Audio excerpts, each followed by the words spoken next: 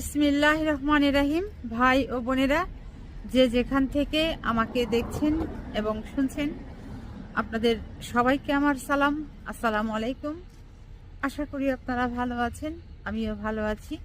UK property gossip by Tasmina YouTube চ্যানেলের পক্ষ থেকে জানাই শুভেচ্ছা। আজ অগস্ট মাসের 26 তারিখ, সোমবার 2024। এই মুহূর্তে লন্ডনের তাপমাত্রা আছে 22 ডিগ্রি সেলসিয়াস। এখন লন্ডন সময় হচ্ছে দুপুর। কিছুক্ষণ আগেই মাত্র কাজ শেষ করলাম। কাজ শেষ করে এখন বাসায় ফিরে যাচ্ছি। তো মনটা ভীষণ খারাপ, যে কারণে বাসায় না গিয়ে একটু নদীর পাড়ে যাচ্ছি আজও আবার। আর কেন খারাপ সেটি আপনাদের সাথে শেয়ার করতে চাচ্ছি। গতকাল বাংলাদেশে আবারও ছাত্রছাত্রীদের উপরে হামলা করা হয়েছে, আর এটি হামলা করেছে বাংলাদেশের আনসার বাহিনীর সদস্যরা।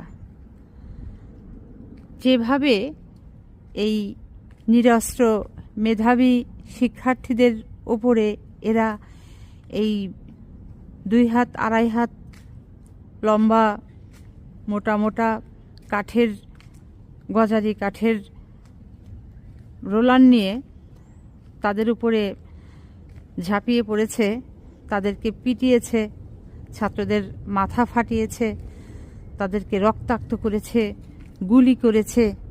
গুলি করে তাদেরকে মৃত্যু মুখে ঠেলে দিয়েছে। হঠাৎ করেই কেন এই আনসার বাহিনীর সদস্যরা এই কাজটি করল? এটিতে মনে হচ্ছে যে নিশ্চয়ই এদের পেছনে কোনো ইন্ধন দাতা আছে। আনসার বাহিনীরা কি বলছে যে তারা তাদের চাকুরিকে জাতীয়করণ করতে বলেছে বর্তমান যারা দেশ চালাচ্ছেন তাদের কাছে। গত 15-16 বছর আনসার বাহিনী আপনারা ঘুমিয়েছিলেন। হ্যাঁ, যারা ক্ষমতায় ছিলেন তাদের কাছে আপনারা আপনাদের চাকরি জাতীয়করণের জন্যে হাতে 2 হাত 2.5 হাত লম্বা গজারি কাঠের রোলার নিয়ে, লাঠি নিয়ে তাদের সাথে আপনারা কিছু করতে পারলেন না। আর এখন এই শিক্ষার্থীরা কত কষ্ট করে বাংলাদেশ থেকে মাত্র একটি স্বৈরাচার সরকারকে পতন করে 3 সপ্তাহও মনে হয় শেষ হয়নি, তাদের কাছে আপনারা একটি দাবি রেখেছেন। আর সেই দাবি রাতারাতি মানানোর জন্য আপনারা সচিবালয় ঘেরাও করেছেন। এই শক্তি আপনারা কই থেকে পান? আপনাদের ইন্ধনদাতা কারা? নিশ্চয়ই আপনাদের কুপরামর্শক আছে। আপনাদের ইন্ধনদাতা কেউ আছে। কোনো সমস্যা নাই, এক এক করে খুঁজে বের করতে সময় লাগবে না। গত 15-16 বছরের স্বৈর শাসককে যে ছাত্ররা আন্দোলন করে, যৌক্তিক আন্দোলন করে টেনে হেঁচড়ে ক্ষমতা থেকে নামাতে পেরেছে, আপনারা গতকাল যে আনসার সদস্যরা বাংলাদেশ সচিবালয় ঘেরাও করেছিলেন, আপনাদেরকেও একটা একটা করে একেবারে জাল দিয়ে যেভাবে টেনে মাছ ধরে, ওভাবেও আপনাদেরকে একেবারে জাল দিয়ে টেনে একটা একটা করে বের করা ছাত্রদের জন্য কোনো কঠিন কাজ না। আপনাদের নিশ্চয়ই বিচার হবে। যারা এই গতকাল ছাত্রদেরকে হত্যা করার উদ্দেশ্যে, বাংলাদেশের এই সুন্দর মুহূর্তকে ঘোলাটে করার উদ্দেশ্যে ছাত্রদেরকে দেশে অরাজকতা সৃষ্টির মানসিকতায় আপনারা যারা আনসার সদস্যরা এগুলো করেছেন, আপনাদের খুব দ্রুত একটা একটা করে বেছে বেছে বের করা হবে এবং আপনাদেরকে শাস্তির আওতায় নিয়ে আসা হবে, আপনাদেরকে বিচারের সম্মুখীন করা হবে এবং খুব দ্রুতই আপনাদের শাস্তি, প্রাপ্য শাস্তি নিশ্চিত করা হবে।